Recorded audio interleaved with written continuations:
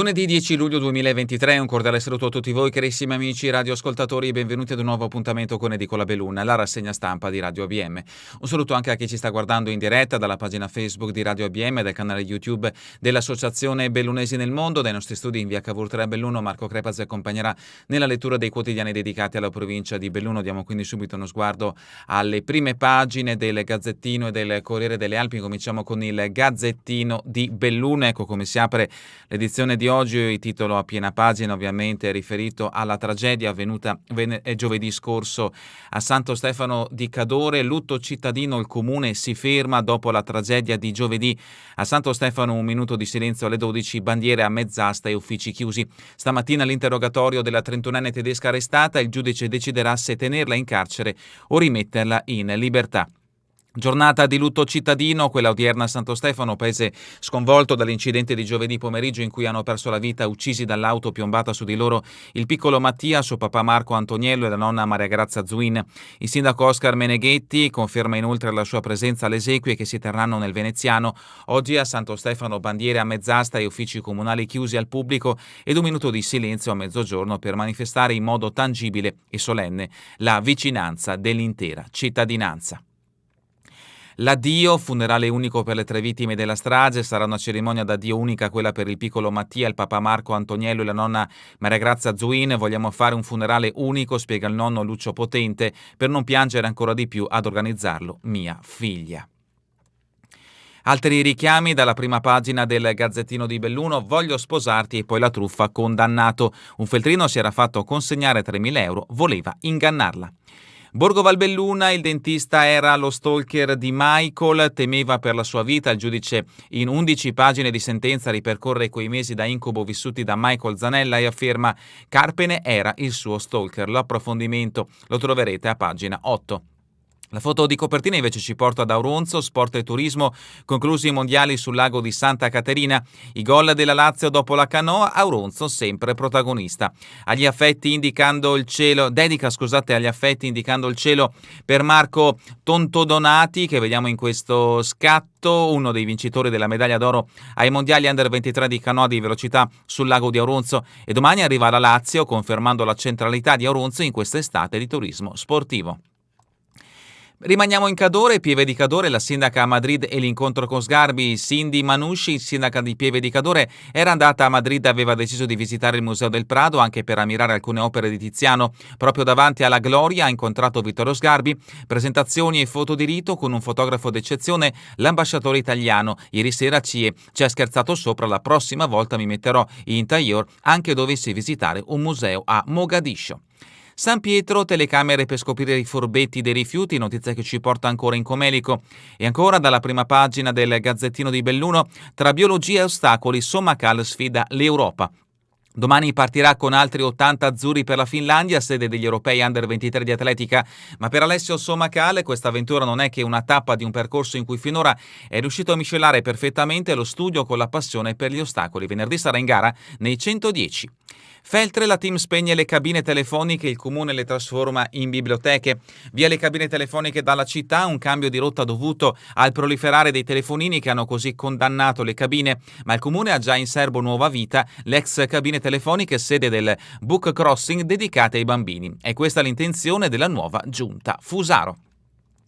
E sempre dalla prima pagina del Gazzettino di Belluno, ancora sport, mountain bike show in Alpago, grande successo della 3 giorni di Lamosano. Rugby, le vecchie glorie granata e giallo-blu al Boscherai con Jain Friu. E ancora kids surf, fratelli Balbinotta a caccia di sponsor per il futuro. Eros e la sorella Nais, cresciuti a tavole e vele sul lago di Santa Croce, si stanno affermando in big air e freestyle a livello internazionale. Questa dunque è la prima pagina del Gazzettino di Belluno. Passiamo adesso alla prima pagina del Corriere delle Alpi. Anche il Corriere delle Alpi dedica spazio in primo piano alla tragedia avvenuta giovedì scorso a Santo Stefano di Cadore. Angelica davanti al jeep e l'ora è l'ora di dire la verità. Stamani in carcere a Belluno l'udienza di convalida dell'arresto dell'automobilista tedesca. La 31enne dovrà spiegare l'accaduto, ma è possibile che si avvalga della facoltà di non parlare. Quarta notte in cella alla giudecca per Angelica Hutter e stamattina la sveglia è suonata prima. Ammesso che la 31enne tedesca indagata per omicidio stradale plurimo sia riuscita a dormire e a convivere con il violento rimorso che adesso l'attanaglia. Perché alle 9.30 c'è l'udienza di convalida dell'arresto che è stata fissata nella casa circondariale bellunese di Baldenic davanti al GIP Elisabetta Scolozzi. Jesolo, scontro all'alba tornando a casa, muoiono 2 ventenni, altre 2 vittime sulla strada del mare di ritorno a casa dopo una nottata trascorsa a Jesolo. Sono Tommaso Cattai, 23 anni, e Mattia Puvanetto, 24, entrambi di Musile. Ferito il conducente dell'altra auto, un 31enne di Mogliano. E la foto di copertina del Corriere delle Alpi è dedicata invece al turismo in montagna, assalto alla montagna, tutto esaurito nei rifugi. Americani, davvero tanti, neozelandesi, tedeschi, sudcoreani, cinesi, inglesi, spagnoli, escursionisti dall'est Europa e perfino israeliani. Gli stranieri sono tornati sulle Dolomiti bellunesi, tanto da far registrare il tutto esaurito o quasi nei rifugi lungo le alte vie. Difficile per gli italiani che prenotano all'ultimo momento trovare posto ad alta quota. Ieri tanto movimento anche sugli impianti, grazie a tantissimi appassionati di mountain bike. L'indagine recensioni super per i ristoranti delle Dolomiti, tradizione, innovazione e prodotti a chilometro zero, i segreti degli chef bellunesi. La ristorazione può destagionalizzare il turismo. Rifiuti a Feltre, cassonetti interrati in 7 isole ecologiche. Le 7 isole si trovano in città, ma non dentro le mura per problemi tecnici dovuti agli spazi. E ancora dal Comeli Conic Trail per ricordare il dottor Zambelli. È il numero 147 da Casamazzagno a Malga Silvella. Ieri la cerimonia di intitolazione del tracciato. Questa dunque è la prima pagina del Corriere delle Alpi ed entriamo al suo interno, come sempre breve panoramica riferita alle notizie di carattere nazionale e internazionale e poi proseguiremo con i fatti prettamente bellunesi. Ma la prima notizia ci porta in provincia di Belluno, in Comelico, siamo a Santo Stefano di fronte al giudice, questo è il titolo. Stamani a Belluno l'udienza di convalida dell'arresto dell'automobilista tedesca deve spiegare l'accaduto, ma è possibile che si avvalga della facoltà di tacere. Quarta notte in cella alla giudecca per Angelica Hutter e stamattina la sveglia è suonata prima. Ci saranno anche il suo avvocato difensore Giuseppe Triolo del Foro di Belluno e un interprete di lingua tedesca messo a disposizione dal consolato della Germania a Venezia, che potrebbe anche non servire a niente dal momento che la donna avrebbe intenzione di avvalersi della facoltà di non rispondere alle domande dei magistrati. Non c'è la certezza che non apra bocca e tantomeno confessi, ma è un dato di fatto che finora non si sia confidata nemmeno con il suo legale, malgrado tutti gli sforzi nel parlatorio dell'istituto di pena lagunare. L'automobilista di Dengendorf, Baviera, è consapevole dell'estrema gravità di quello che è successo giovedì pomeriggio lungo l'innocuo rettilineo di via Udine e non può non avere stampate davanti agli occhi le immagini delle vittime Marco e Mattia Antoniello e Maria Grazia Zuin, ma dice di aver rimosso quei drammatici momenti e di non ricordare nulla. Ed ecco appunto in primo piano le 3 vittime di questa immane tragedia avvenuta a Santo Stefano di Cadore giovedì scorso: Marco Antoniello, Mattia e Maria Grazia Zuin. A destra l'Audi e la scena appunto dove è avvenuta questa tragedia.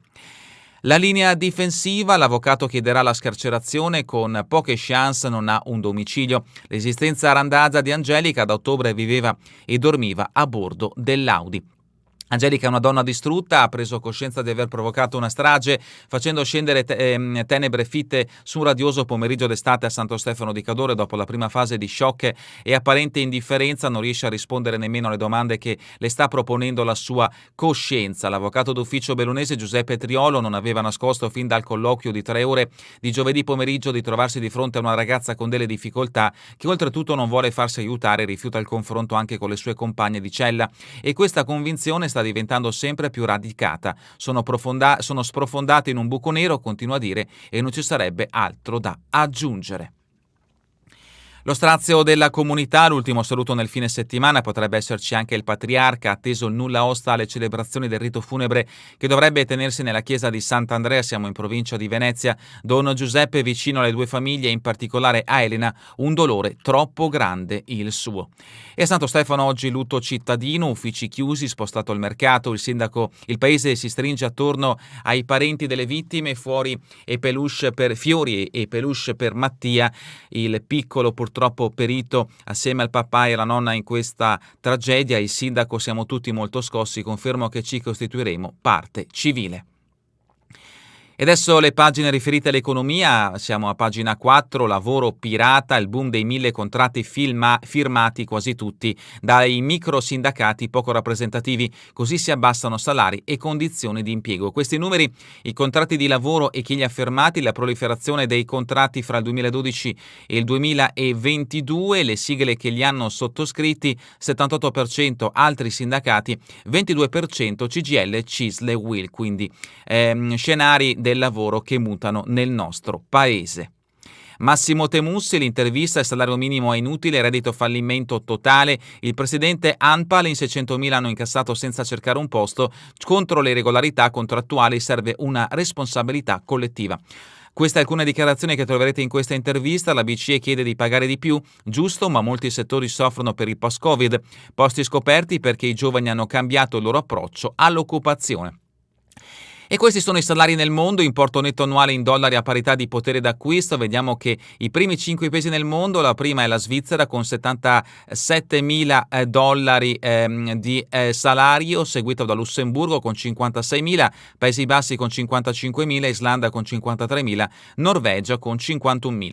I paesi del G7, Regno Unito è al nono posto con 48.972 dollari, Stati Uniti 48.000 dollari, Canada 48.000 dollari, Germania 47.000, Francia 43.000, Giappone 31.000 e vediamo appunto l'Italia a 38.000 dollari. Questo l'importo netto annuale in dollari del nostro paese, 38.000 dollari. Spostiamoci all'estero, in Ucraina. Biden frena sull'Ucraina nella NATO non prima della fine della guerra. Il presidente americano sbarca in Europa per il vertice di Vilnius di domani. Se accettassimo ora Kiev nell'alleanza saremmo tutti in conflitto con la Russia. Queste le dichiarazioni del presidente degli Stati Uniti Joe Biden. L'Ucraina non è ancora pronta per entrare a far parte della NATO, non c'è una unanimità. Noi e gli alleati continueremo a fornire armi e sicurezza a Kiev come per Israele. L'estate degli squali, fatti di attualità a pagina 7, Stati Uniti, dalle spiagge di Long Island alla Florida e boom di attacchi ai bagnanti. Gli esperti, colpa del riscaldamento globale, seguono le prede in acque basse. Ma continuiamo con le notizie che riguardano il Veneto. 2 nuovi cardinali veneti sono Gugerotti e Marchetto. Veronese e Vicentino saranno nominati da Papa Francesco nel Concistorio il prossimo 30 settembre. Le felicitazioni di Zaia, presidente della Regione Veneto, e del sindaco del comune di Vicenza Possamai. Il vescovo della città berica Giuliano Brugnotto, una grande gioia. La tragedia a Jesolo, frontale fra auto, morti 2 ventenni, schianto all'alba sulla via del ritorno. Vittime 2 giovani di Musile, rincasavano dopo una notte trascorsa con amici, ferito gravemente un 31enne di Mogliano. E vediamo appunto in questo scatto le 2 giovani vittime in questo incidente avvenuto all'alba alle porte di Jesolo. Incidente avvenuto in località Piave Nuovo, una delle vittime è figlio di albergatori. Ed ecco appunto le 2 auto incidentate con purtroppo 2 vittime. Il botto e poi le urla, una scena straziante. Il racconto dei primi soccorritori: ho portato acqua al ferito, purtroppo per i 2 giovani non c'era più nulla da fare. I precedenti, la strage dei ragazzi e i morti sull'argine, le altre 6 vittime spezzate sempre in questa zona della nostra regione. E adesso le notizie che riguardano prettamente la provincia di Belluno. Siamo a pagina 16, l'estate sulle Dolomiti, c'è il tutto esaurito nei rifugi delle alte vie, per gli italiani è difficile trovare posto. Americani, israeliani, neozelandesi, gli stranieri sono tornati e hanno prenotato i letti già dallo scorso inverno. Bene anche gli impianti, una vera invasione di appassionati di mountain bike. Neve Gale, estate senza seggiovia, questo colle merita di più. L'ex allenatore di fondo d'Incal era il centro del mondo, non è rimasto nulla. Dario Zancanaro, senza alberghi, una turista, riapritela per favore. Tante le testimonianze che troverete a pagina 17 riferite al futuro del Neve Gale. E purtroppo lutto invece a Sospirolo per DJ Energy, aveva 51 anni e suonava nei locali. 2 anni fa aveva perso il figlio Luciano per un malore in bicicletta. DJ Energy ha spento i piatti. Michele De Lorenzo è morto a 51 anni, originario di Grondi Sospirolo. Non stava bene ormai da qualche mese ed era stato ricoverato nel reparto di neurologia dell'ospedale San Martino. Nel novembre di 2 anni fa aveva perso il figlio Luciano durante un'uscita in bicicletta. Il 15enne, studente alla scuola edile di Sedico, aveva sofferto un malore fatale mentre i due stavano facendo un giro insieme. Stava pedalando e avrebbe fatto in tempo solo a dire "non vedo niente", tutto nero, prima di cadere a terra senza vita. Inutili tutti i tentativi di salvargli la vita. DJ Energy aveva già vissuto un momento di pesante difficoltà durante il lockdown per la pandemia di Covid-19 a causa della chiusura di discoteche e sale da ballo, ma grazie all'aiuto degli amici e anche dell'amministrazione comunale di Sospirolo era riuscito a riprendersi. Siamo a pagina 18, un centro servizi per gli apicoltori sarà una fabbrica di miele biologico. Si trova a Tallandino di Mela, al fianco degli appassionati, qui anche laboratori per smielatura e confezionamento, notizia che ci porta nel comune di Borgo Valbelluna. Belluno, lavori di pubblica utilità per 12 persone in difficoltà, contratti di 6 mesi nelle biblioteche, negli archivi e nella manutenzione, notizia che ci porta nel capoluogo bellunese. Siamo invece adesso a pagina 19, i ristoranti delle Dolomiti al top, qui tradizione e innovazione. Dai locali più rinomati alle malghe, le recensioni online premiano la cucina delle montagne bellunesi. Da Ritz, alto gusto, presto ripartirà, pescosta, mai tradire il commensale. E sempre a proposito di cucina bellunese, Presta e prodotti a chilometro zero nei nostri percorsi di sapori. Lo chef dello Stellato Tivoli di Cortina e presidente FIPE è convinto delle potenzialità del settore. Gli stranieri prenotano in anticipo un itinerario di degustazioni del posto e della regione. Siamo a pagina 20, RB tra storia e innovazione, le chiavi di Cibiana aprono il mondo. Nata nel 1949, produce 30 milioni di pezzi ogni anno, con tecnologie e microchip la visione è al futuro. Restiamo quassù nonostante le difficoltà, essendo basco il gruppo Altuna ha molto a cuore il legame con il territorio. Questa è la dichiarazione di Riccardo Del Favero, classe 1977, che è direttore generale dello stabilimento di Cibiana.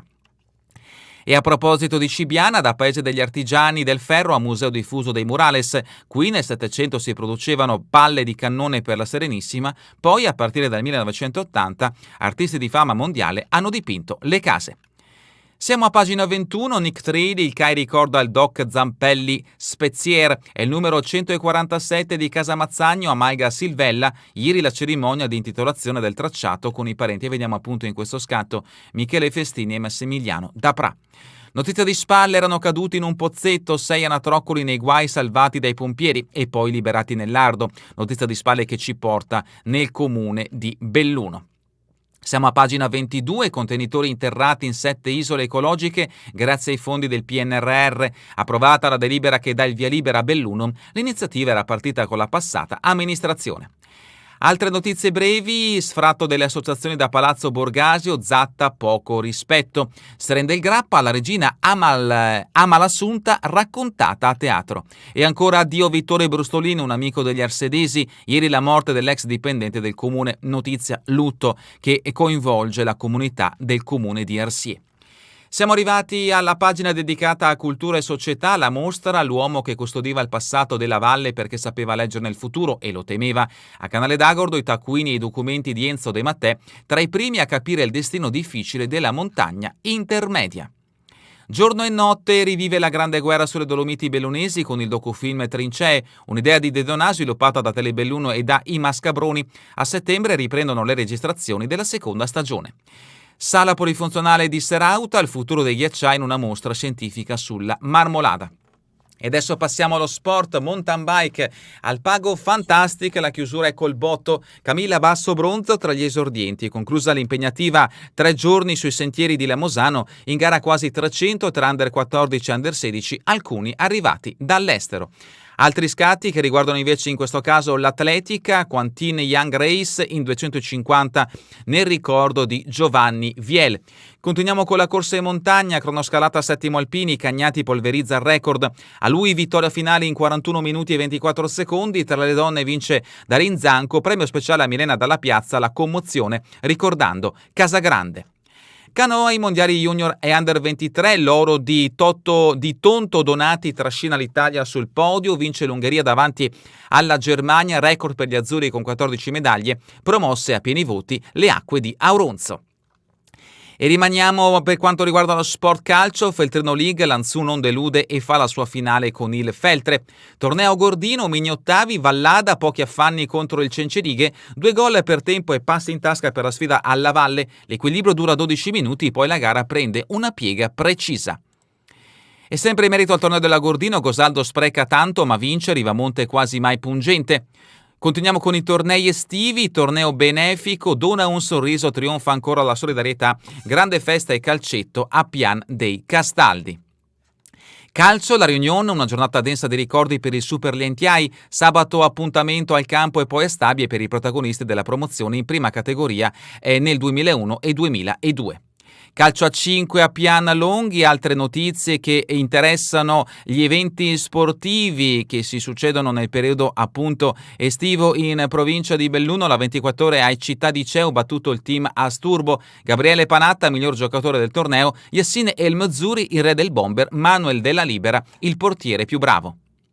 E terminiamo con le previsioni del tempo in Veneto per la giornata di domani. Cielo sereno poco nuvoloso con parziali addensamenti in montagna per attività comuniformi a partire dalle ore centrali, nuvolamenti locali anche sulla pianura interna e sulle zone pedemontane. È davvero tutto per questa edizione di Edicola Beluna e vi ricordo che torneremo in replica questa sera via streaming alle 20, domani mattina all'1, ora locale italiana. A voi tutti un buon proseguimento di giornata in compagnia come sempre di Radio ABM, la web radio dell'Associazione Bellunesi nel Mondo.